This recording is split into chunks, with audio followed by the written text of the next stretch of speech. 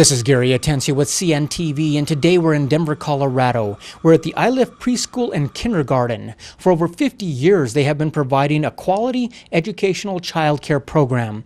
I'm with Helen, who is the owner, manager, executive director. Helen, let me start out first of all. Really, for over half a century now, this school has been opening its doors to children. It was back in 1963. Share with us, first of all, how all this got started and how you got involved in this program. My mother-in-law, Miss Harriet, as she was known, was a ballet teacher, had several ballet studios in Denver, Colorado, and she wanted a third ballet studio. She bought a home, and she and her husband, my father-in-law, and my husband began working on a floor in the first room. They were putting in ballet studio when the zoning department came in and said, "What are you doing, Miss Harriet?" And Miss Harriet said, "I am going to have a ballet school." And they said, "You'll have to get the zoning changed." Well, to make a long story short, it didn't go through. So her very good neighbor, Miss Willie, who had a degree and could teach and be a director of an early childhood ed center, said, "I will start a school for you in the building that you just bought." So she ended up starting the preschool in 1963. We added the second building to it, and then the last stage was the DC-7 airplane that we're setting in right now. My husband and I got involved with the school simply because he was involved from the very beginning. He and I were asked to get involved more with the school in the mid-70s. He was an engineer for aerospace division in Boulder with Ball Brothers, and I was teaching high school science.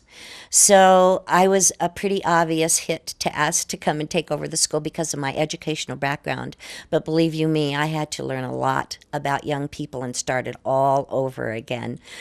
And he was the main designing person that worked on the airplane along with his father, and also does all of the wonderful design work that we are known for in our outdoor playgrounds. Quite a lot of history then. So when you walk through those doors, you've seen a lot of changes throughout the years.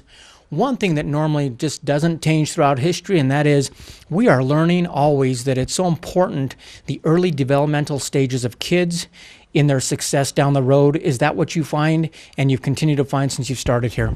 Well, the children are number one here. Because they are number one, our main endeavor is to help children with their growth and development and to scaffold on every child that comes in here to help them in that growth and development. It's been very successful for thousands of children.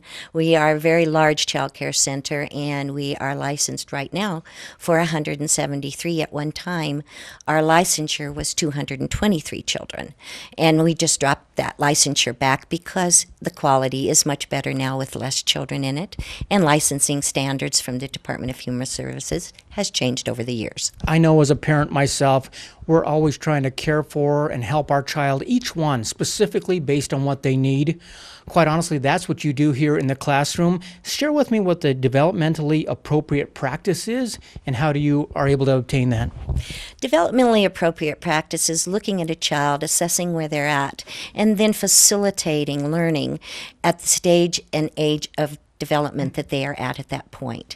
So it encompasses everything, including the equipment in the classroom, the teachers, the curriculum, everything that surrounds that child. And curriculum doesn't include beginning literacy or reading, as many people think it does.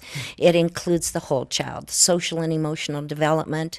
It includes the reading aspect, math, geography, social studies, the physical attributes of children, how they think of themselves, can they self-regulate their body, self-efficacy. The whole child is indeed looked at.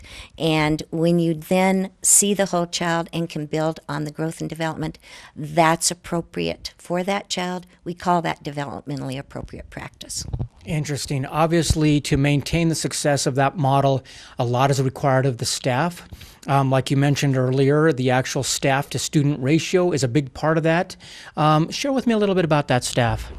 My staff is very professional, and they have been here for a very, very long time. I think that's probably when people walk in, they've looked at our website, they've been referred. That is the thing that the parents are looking for, a professional staff that's constantly constantly in training, that has experience, and is not just rotating through schools. My director right now has been here 40 years and has been directing about the last 18 of those years. We're talking about teachers that truly are looking for a home. They found one here. And teachers that aren't afraid of a little bit of noise and are not afraid of some kids learning while they're playing and having fun. Well, they have to have fun, and this is how we learn at this age, and that is through a play-based curriculum. So hands-on, teachers are facilitators, they're interacting purposefully with the children, and the children are not even aware of how much they're learning every day. I always say you can't do your job well and you can't stay around this long unless you have a passion for what you're doing. And it is that passion that my teachers have that creates the atmosphere that we have and the great learning environment and the quality that you see here. So the school has been tested, they've passed the test, they've been accredited, but honestly, your number one test is in the happiness of those kids. Well, absolutely. That's what we're here for. We're here for the success of all of our families. And we're here to help with parenting, too.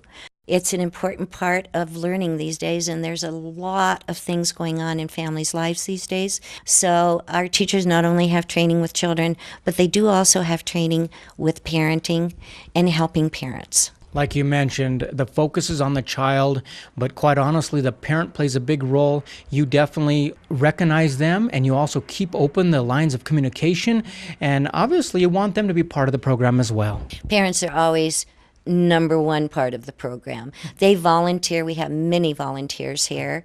They're coming in all year round. They stop in to volunteer to actually read books. Every type of holiday that there is, they remember the staff. They set up parties for my staff, but they are also my best consultants.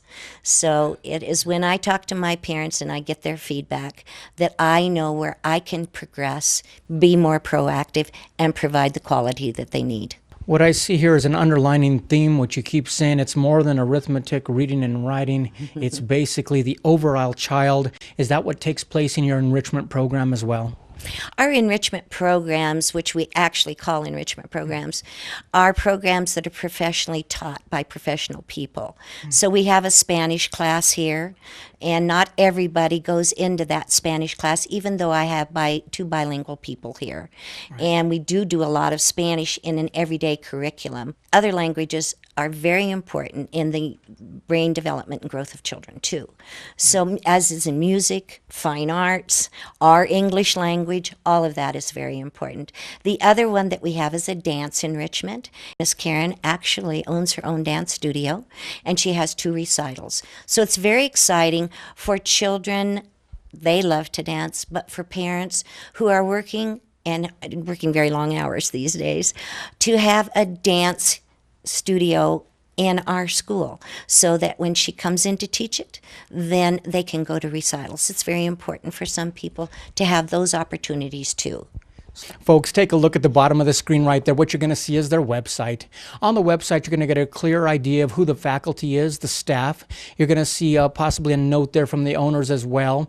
And you're going to get an idea of all the programs they offer. I mean, we're talking about a full program here, a facility that handles quite a few children, yet at the same time maintains a quality of student and staff ratio that honestly is second to none.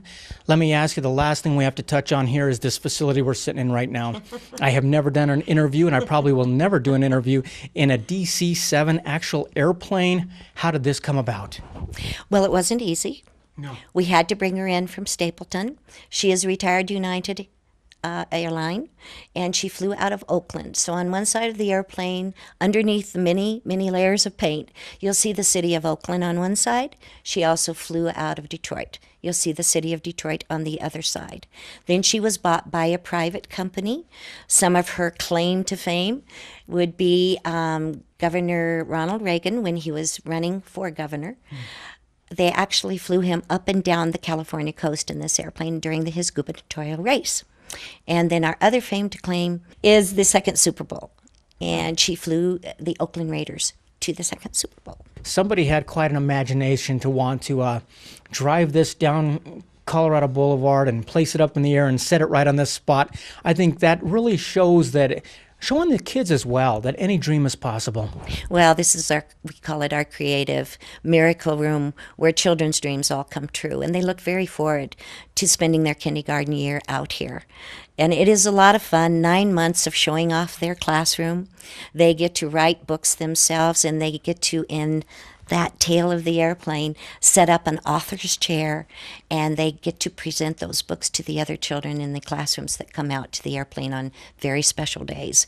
So it is fun, it's creative, it's a whole experience that a lot of children don't get, and many times it does spawn some amazing things from our children that attend. Obviously, is this program a year-round program? Because I know you offer the summer camps as well. Yes, it is. We have open enrollment all year round. We offer preschool, pre-K, and then our private kindergarten. And then in the summertime, you're right, we have a summer adventure day camp for children in elementary school. And we have a big 35-passenger school bus, and my staff members with a commercial driver's license drive those buses for those children, and they do a lot of mobile camp work. Some of it's community outreach, but most of it's enrichment field trips that enrich the themes and curriculums that they're doing each week during the summertime. And I also forgot to mention, we have a little toddler program too for 1 to 3 year olds, and we still take children in diapers, but we do not have an infant program here. We caught you on a great day today because you guys have just celebrated 50 years here. It looks like the kids had fun, the adults had fun. What was some of the word out there that the parents had to say? Well, there was a lot of emotions today.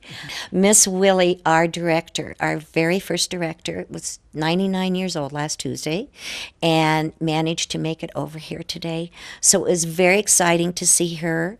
Miss Jean, our director of 30 years, was here, and my third director, Miss Carol, who presently is here. Parents were very thrilled to see all of the directors present and still living and still very active. And I think the oldest one of our alums that came today was the granddaughter of Miss Willie, who is now in her early 50s, and so she attended 47 years ago. A lot of emotion going on, a lot of memories really in the air, but the kids, they just seem to love the fact that they're able to play, have fun, paint their faces, get some great photos in a booth, and hit a piñata. You could really see what was going on here in one day, short little glimpse that we got. Well, don't forget to mention the band, of which Mr. John, one of our teachers here on staff, is a member of. And there was a lot of 60s music going on today. Love it. Wonderful. Thank you so much, Helen. We appreciate it. Like I say, what really caught our attention to this place here was the fact this facility, this airplane was so unique when I found it. But then as I dug a little deeper, I found out that quite an amazing school has developed here for now over 50 years. That is the Illiff Preschool and Kindergarten. Warm, loving care, stimulating educational program. This is Gary Atencio with CNTV. And if you don't know, now you know.